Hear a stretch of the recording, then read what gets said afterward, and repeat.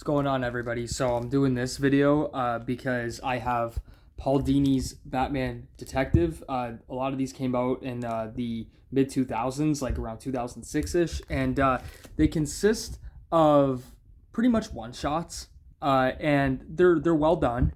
But to me, this isn't Paul Dini's best writing. It's very good, but compared to other things that he's done, even with Batman, like The Heart of Hush, and even if you're going to count Heart of Ice, and even count Wonder Woman, Spirit of Truth, Superman, Peace on Earth, Shazam, Power, Hope, all of those. This is definitely, I would say, at like a B level, but still not bad. I think the Poison Ivy story was really good. I believe it's the second part of this, or third, one of the two.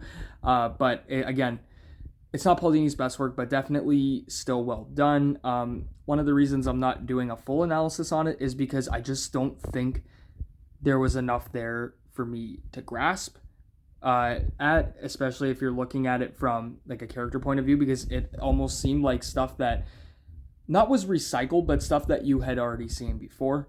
But like I said, the Poison Ivy story was pretty good, and then everything else was fine because he tried to introduce a couple new characters, and they worked. But I find if you're going to introduce newer characters or very uncommon characters in just like a one-shot setting, it's very difficult to communicate what their intentions are and what they're trying to do going forward in just one issue. It's different like in Batman the Animated Series with Heart of Ice, because people already knew what the Mr. Freeze character was, but he was just being rebranded, and you also had 20 minutes and visual effects and voices to really communicate that.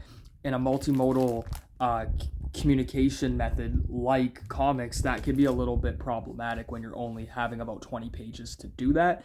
So 20 pages in 20 minutes is often very different. So I think that's why some of these maybe didn't resonate as much, but they're still very good. That's the thing; these are still very good stories. But they just I don't think they had room to expand. And I think when you're trying to introduce new characters or very uncommon characters, you have to let the stories breathe a bit. But other than that, Paul Dini to me is one of the best writers of all time, and I can't wait to keep reading more. If you haven't seen it already, I did an analysis on Batman Heart of Hush, which is probably one of my favorite Batman stories ever, I'd say. So take a look at that, and most of all, don't forget to like, share, comment, and subscribe.